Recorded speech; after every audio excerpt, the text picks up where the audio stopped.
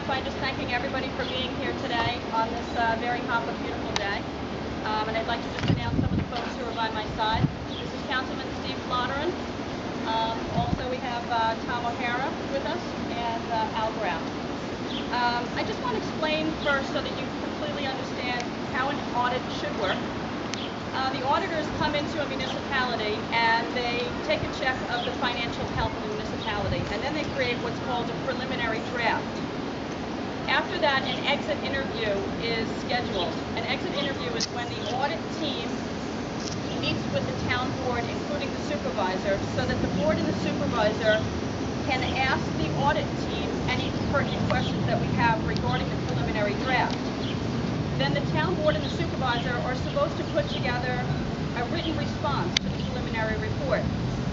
And then a final draft is issued, which is what you're expecting to happen today at 11 o'clock, that final draft to come out. Well, that's not how this audit went down. The preliminary draft came out, and some of the information in the preliminary draft could have been damaging to Supervisor Nolan. So Supervisor Nolan got in his car and drove to Tom DiNapoli's office to whitewash the preliminary draft. At that point, our exit interviews were canceled, and a new preliminary draft, a whitewashed preliminary draft, was issued. Then our exit conference happened, and town board members were invited to ask the auditors questions. After that, the supervisor put together the town's responses, and then today you're expecting the controller to issue his final report.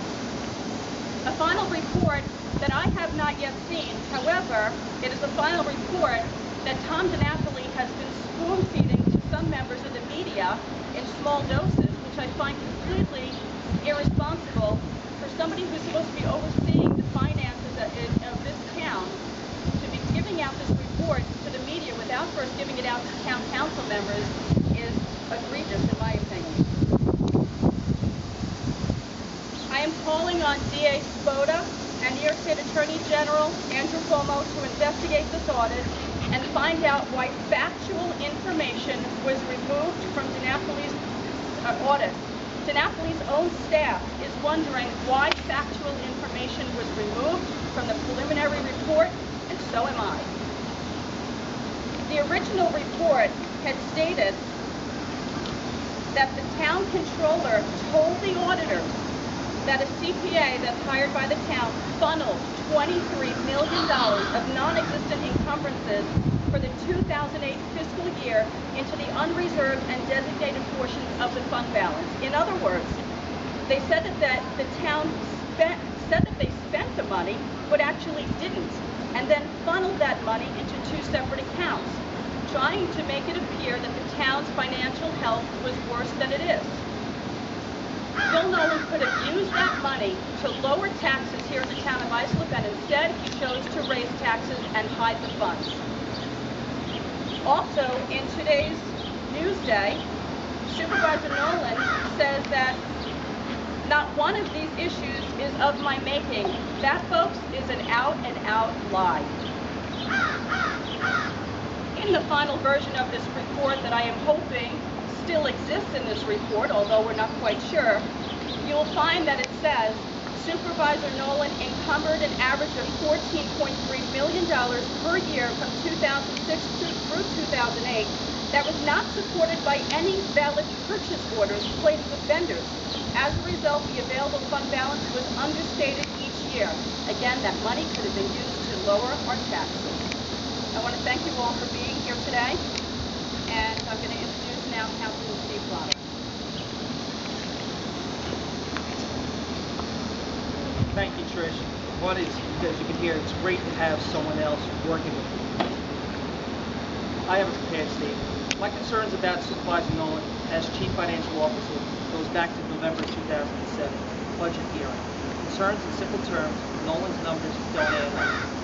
Supervisor Nolan has continuously misrepresented and lied to the public and the press.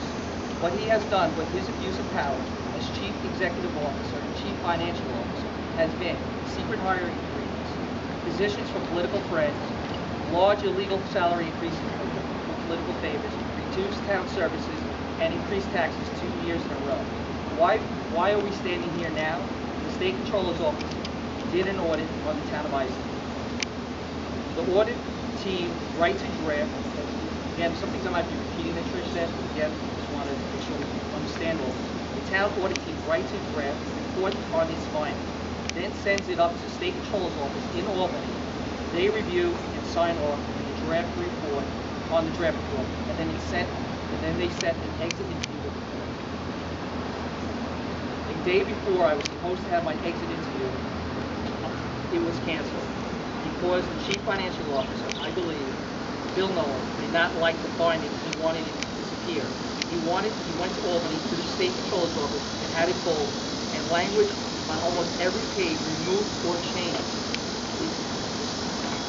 The first report, example what I'm talking about, this is the first, this is the second, which we're told we're not allowed to share with you. You see red ink in my pages.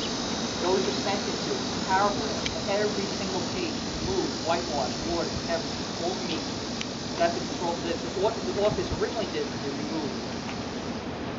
Almost some of the statements that were removed, such as, and cannot be assured that taxpayers' money was used to the most prudent and economical manner. Another quote, the town could have used these improperly encumbered monies to finance the legal reserve or reduce the tax burden on its residents. Again, could have reduced the tax burden on its residents. One year. As a result, the town taxes residents, as a result, the town taxes residents more than necessary. We tax the residents more than necessary. And the final, one of the other statements is really upsetting. Where it's deliberate misstatement of the town's financial position. Deliberate misstatement of the town's financial position. The first draft we're told we're not allowed to release. Then we find out there was a secret meeting behind closed doors between Nolan and DiNapoli's office up in Albany to alter the order. This is NOLAN. I believe they cooked the books for political purposes. And I quote again, deliberate misstatement of the town's financial position.